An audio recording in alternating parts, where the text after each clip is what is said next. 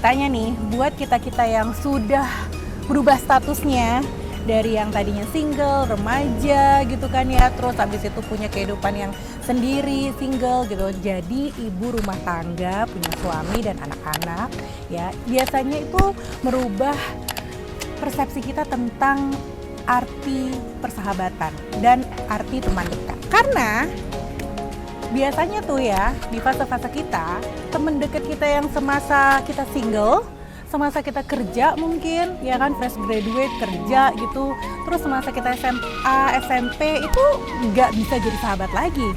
Karena bisa jadi nih ya, kita ngikutin suami pergi keluar kota. Atau sama kayak saya asli Surabaya, terus menetap dengan suami saya yang orang Jawa Tengah.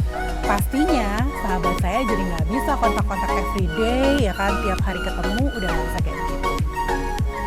Nah, terus ya kan di masa-masa transisi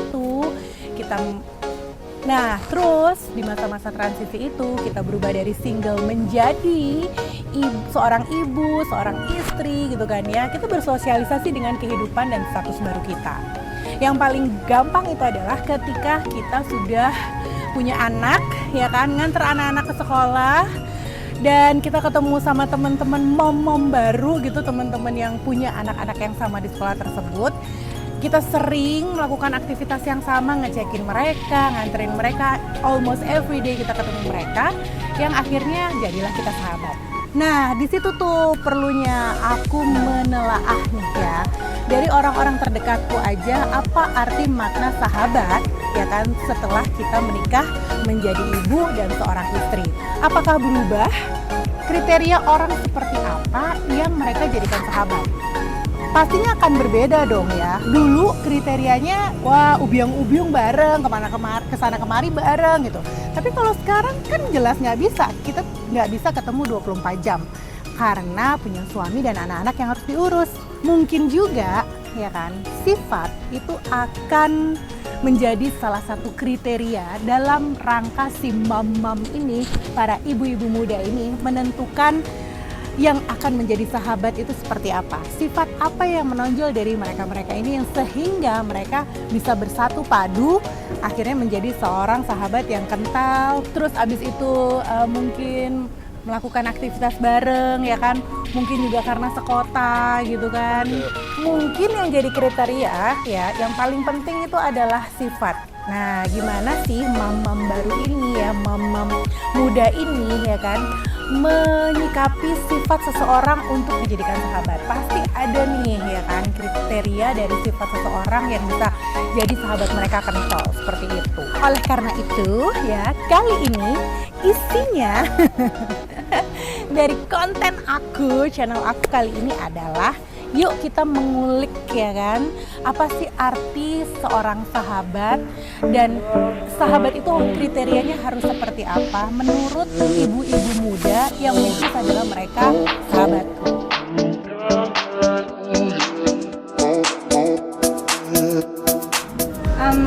Sahabat itu, arti sahabat buat aku pertama ya, arti sahabat bagi saya, jadi sahabat itu ya meskipun kita beda agama, kita memang harus saling ngerti. Kalau misalnya kita punya teman yang muslim, puasa, apa ya, maksudnya menghargai.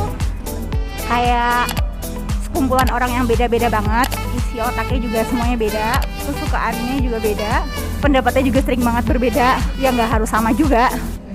Cuman yang harus itu pengertian sama kesabaran, mau mengalah dan nggak selalu merasa paling bener sih. Sahabat tuh bisa ngertiin di dalam situasi kita bener-bener terpuruk, lagi happy, lagi bener-bener gak ada no one, gak ada yang care, dia ada buat kita.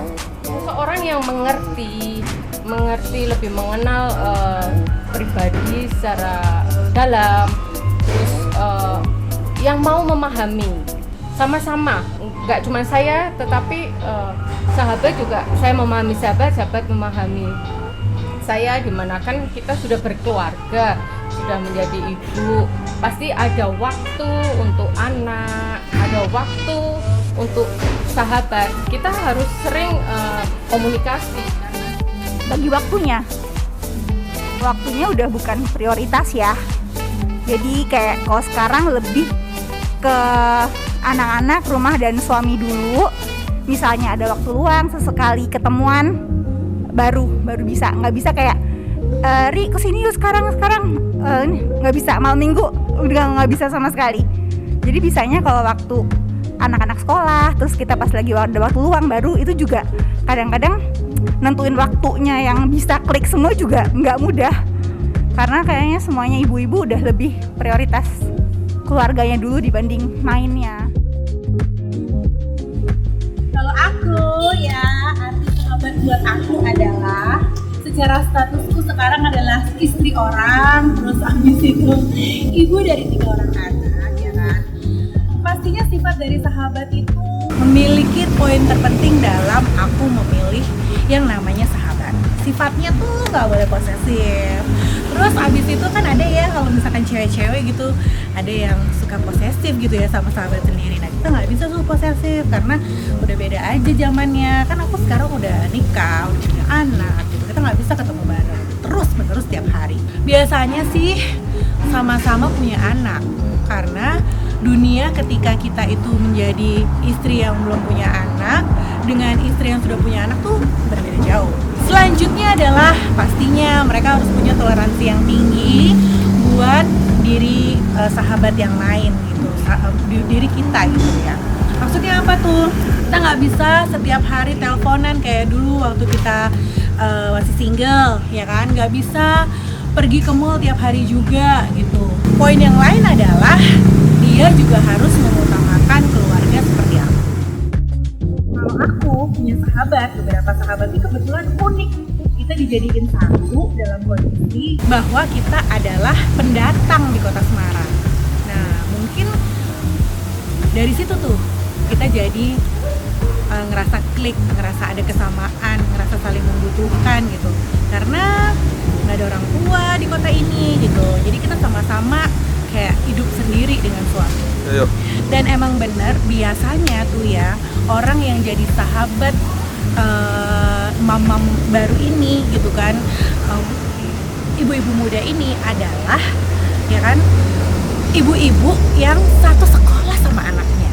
Itu terjadi fenomena itu karena setiap hari kita ngurusin anak, ya kan, nganterin anak di satu tempat yang sama gitu kan. Mungkin ya dari situ kita jadi klik, jadi sahabat.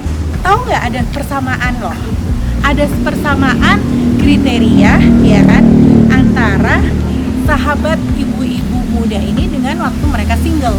Apa tuh? Tahu nggak sih kalau kesetiaan, pertemanan itu teruji oleh waktu. Percaya apa enggak? Percaya kan? Orang sahabat ternyata bisa come and go, teman-teman juga bisa come and go. Yang jadi sahabat itu adalah ketika mereka orang-orang pilihan kita yang tetap setia sama kita apapun keadaan kita. Mau kita di bawah, mau lagi nyungsep, mau lagi melakukan kesalahan fatal, ya kan? Dia tetap ada sama kita. That's why persahabatan mama muda ini, ya ibu-ibu muda ini bisa dibilang ada satu persamaan dengan ketika mereka single, yaitu apa? Persahabatan selalu diuji oleh waktu.